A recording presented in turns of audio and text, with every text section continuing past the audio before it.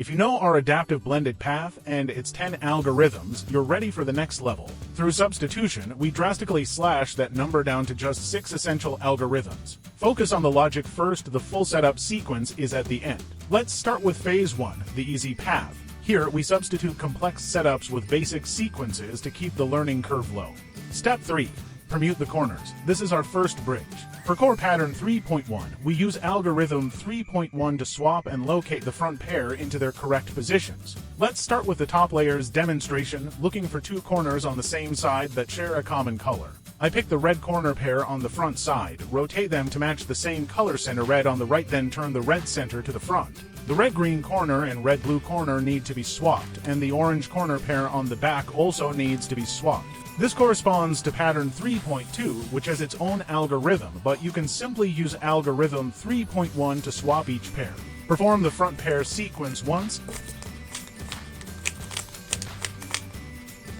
Now, simply turn the back pair to the front and repeat the exact same sequence. Your 4 corners are now located in their home positions. Step 4. Orient the corners. For pattern 4.1, use SUNY followed by U2. For pattern 4.2, use anti-SUNY followed by U'2. Now turn the green center to the front to align with pattern 4.2. Perform anti-SUNY, followed by an additional U'2 to align it with the center. Step 5. Orient the edges. For this step, we are now entering the LSE phase. There are 3 possible patterns that can occur where pattern 5.1 is the key. In this situation, turn Y2 to align with pattern 5.2. You can substitute with algorithm 5.1. Perform the first run. As it transforms back to the H-form pattern, finish it by executing algorithm 5.1 one more time. Now, we get to the final step. Step 6. Permute the edges. There are 4 patterns. Now you will see only one edge red is in the correct position. So, this case complies with the triangle edge swap.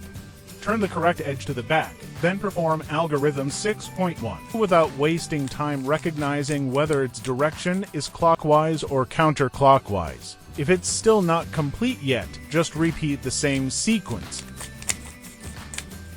That's it. Next, we escalate into phase 2.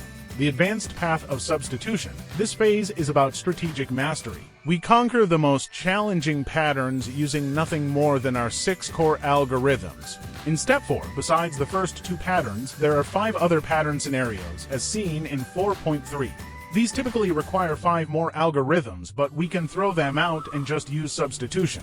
Here is one of the 5 patterns in 4.3. Start with SUNY, then turn the y-axis until aligning to the known patterns. If it transforms to align with SUNY, repeat SUNY once more. Otherwise, as this case, we turn Y2 to align perfectly with 4.2, then perform anti-SUNY.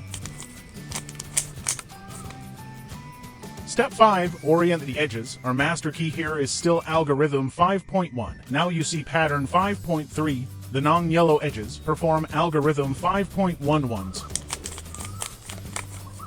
After finishing, turn Y2.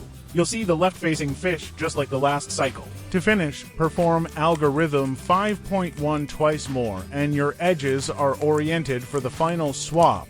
Step 6. Permute the edges.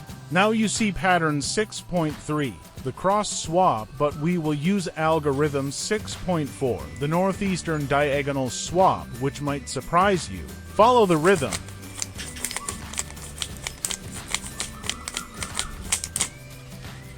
You will then see a southeastern diagonal swap.